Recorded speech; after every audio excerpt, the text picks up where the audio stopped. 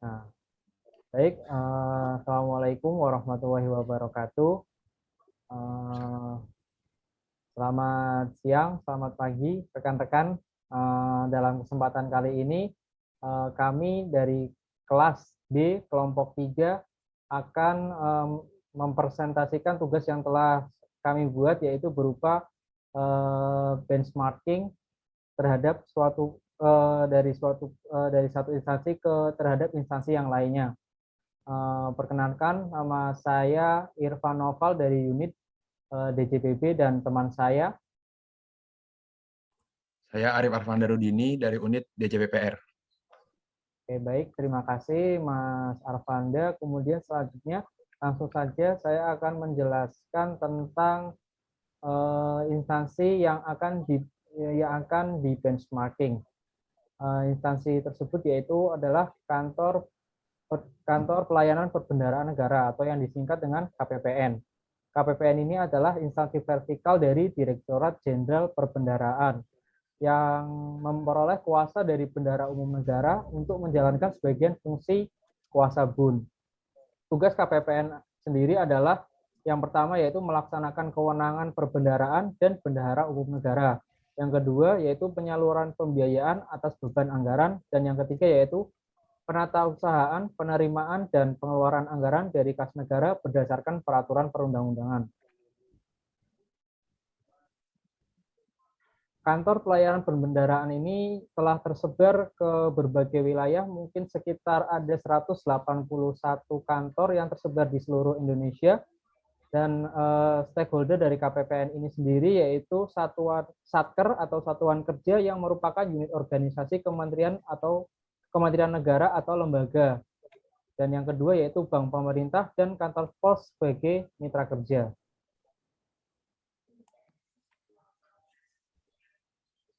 Pada intinya tugas pada KPPN itu yaitu melakukan pencairan dana yang dapat berupa bermacam-macam, yaitu pembayaran gaji dan tunjangan PNS atau anggota Polri dan TNI, pencairan dana untuk pembangunan infrastruktur, untuk rehabilitasi dan renovasi sarana dan prasarana yang menyangkut kepentingan umum, dan termasuk juga pembiayaan kegiatan dan proyek lain yang menyangkut keamanan dan kesejahteraan masyarakat.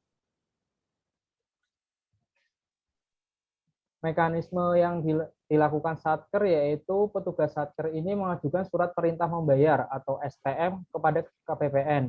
Yang selanjutnya petugas KPPN akan melakukan penelitian dan pengujian atas SPM tersebut. Jika memenuhi syarat yang ditetapkan, KPPN akan menerbitkan surat perintah pencairan dana atau SP2D. Atas dasar SP2D ini, bank akan melakukan transfer dana dari kas negara kepada rekening pihak penerima. Di sisi lain, setoran pajak, penerimaan negara bukan pajak, dan penerimaan negara pengembalian belanja atau PNPB yang Satker setorkan dalam rangka pelaksanaan APBN melalui bank pemerintah dan kantor pos juga ditata usahakan di KPPN setiap hari kerja. Kemudian beberapa layanan yang mungkin yang memang ada di KPPN. Yang pertama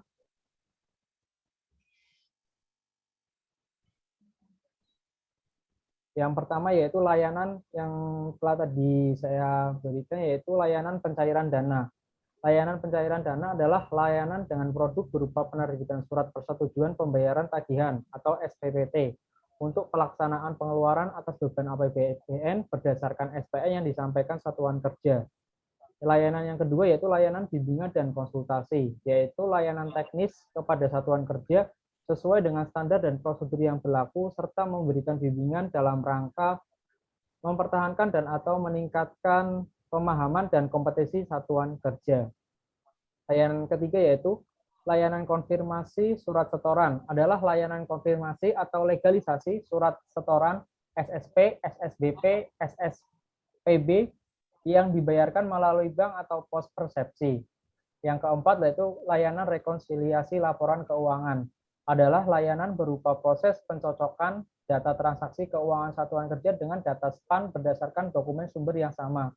Dan yang kelima yaitu layanan sarana dan prasarana, yang adalah layanan kepada satuan kerja berupa dukungan sarana dan prasarana di KPPN.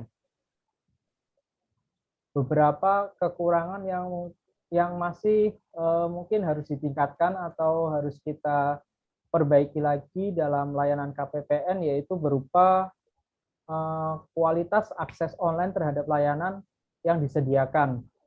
Yang kedua yaitu informasi layanan yang memuat semua informasi terkait standar dan waktu proses layanan yang harus diberikan. Yang ketiga yaitu akses komunikasi bagi pengguna untuk menyampaikan keluhan atau komplain saluran penyampaian pengaduan atau keluhan komplain tersebut. Dan yang keempat yaitu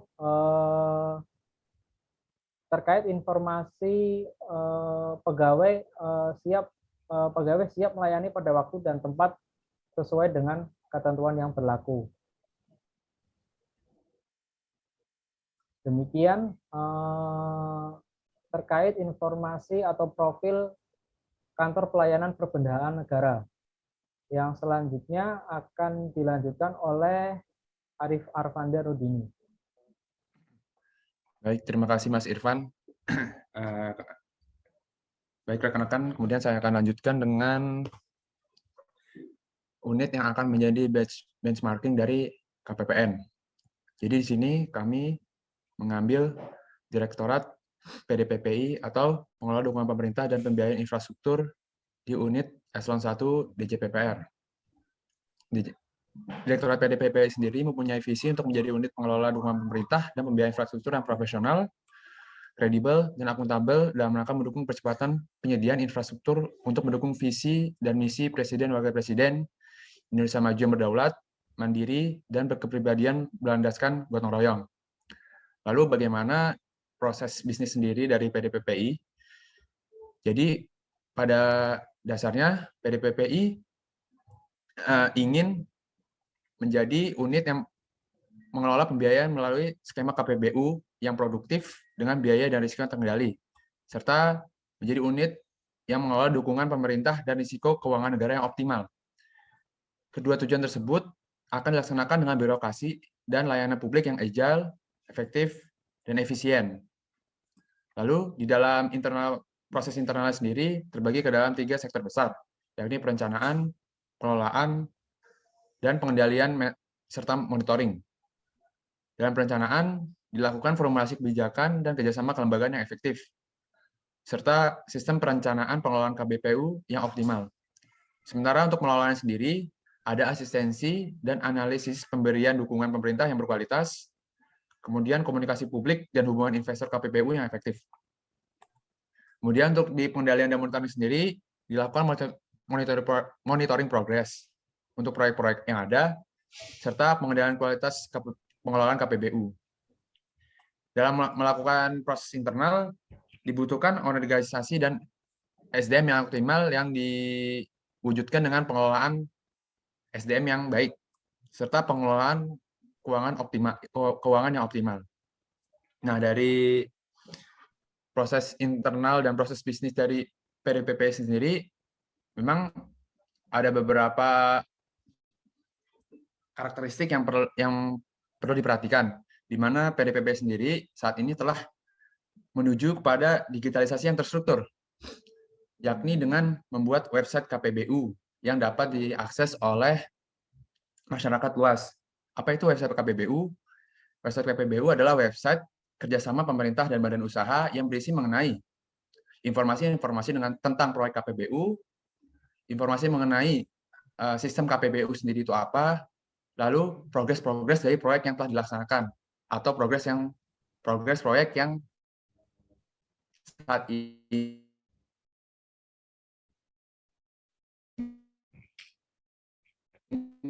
ingin di KPBU-kan. Di sini seperti itu. Kemudian, mungkin untuk secara teknis seperti itu, kita lanjut ke bagian selanjutnya, Mas Irfan. Terima kasih Mas Arif Arfanda. Berdasarkan dari pemaparan dari kami sebelumnya, berarti ada beberapa kekurangan yang harus ditingkatkan dari KPPN, yaitu yang pertama adalah kualitas akses online, yaitu yang berhubungan dengan kadang aplikasi ini macet, kadang tidak bisa diakses seperti itu. Dan yang kedua yaitu tentang informasi yang memuat secara jelas tentang prosedur atau dokumen-dokumen yang harus dikumpulkan. Karena beberapa dari satker ini kadang beberapa kali harus datang ke kantor untuk memastikan dokumen tersebut apakah sudah benar atau belum. Dan yang ketiga yaitu akses komunikasi bagi pengguna untuk menyampaikan komplain. Bahwa telah ada aplikasi komplain yaitu berupa HiDGBB, tapi berdasarkan berdasarkan pendapat dari pegawai KPPN sendiri bahwa aplikasi tersebut kurang menjembatani permasalahan dari satker dan dari pegawai KPPN itu sendiri. Dan yang terakhir yaitu terkait mekanisme keberatan atau banding terhadap sanksi yang diberikan kepada satker. Ini juga beberapa satker tidak merasa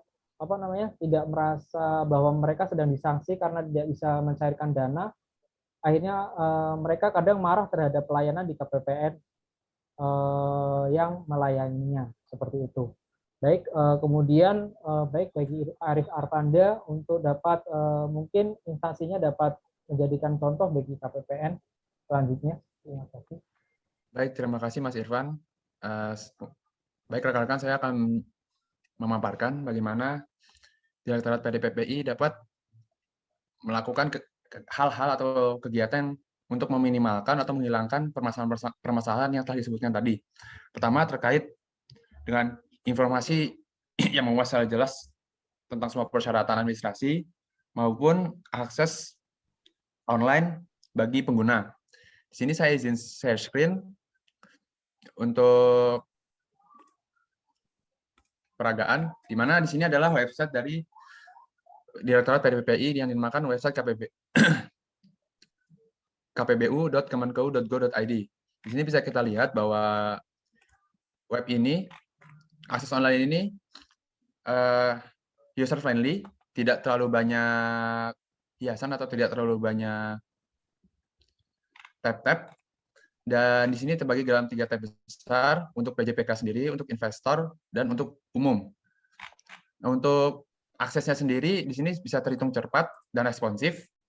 Jadi saya peragakan bahwa ketika kita mengklik hampir tidak ada delay, sehingga ini bisa dicontoh untuk KPPN. Kemudian untuk administrasi sendiri yang telah saya sebutkan bahwa di sini akan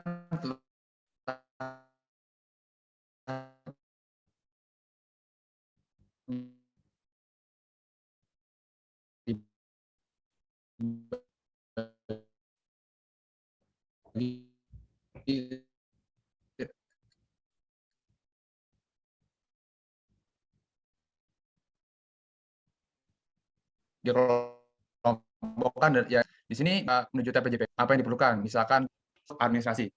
Kemudian untuk mekanismenya sendiri untuk mengajukan keberatan tanda banding, Direktorat PDPP sendiri dalam melakukan perjanjian penugasan maupun membuat kesepakatan, pihak PJPK dapat mengajukan keberatan kepada PDPPI terkait poin-poin yang terdapat di perjanjian atau kesepakatan tersebut. Mekanismenya bagaimana? Mekanismenya melalui koordinasi yang dilakukan antara Direktorat PDPPI dengan PJPK, sehingga ada komunikasi 2 arah sebelum terjadinya sanksi. Sanksi yang biasa terjadi adalah ketika PJPK tidak dapat memenuhi kewajiban. Demikian, Mas Irfan, kegiatan-kegiatan hal-hal dari PDPPI yang dapat dijadikan benchmark untuk KPPN. Sekian dari saya kembalikan ke Mas Irfan. Oke, baik, terima kasih Arif Arpanda atas solusi mungkin percontohan yang dapat kami contoh. Kemudian selesai juga tugas kali ini. Kami mohon maaf apabila ada kesalahan. Wassalamualaikum warahmatullahi wabarakatuh.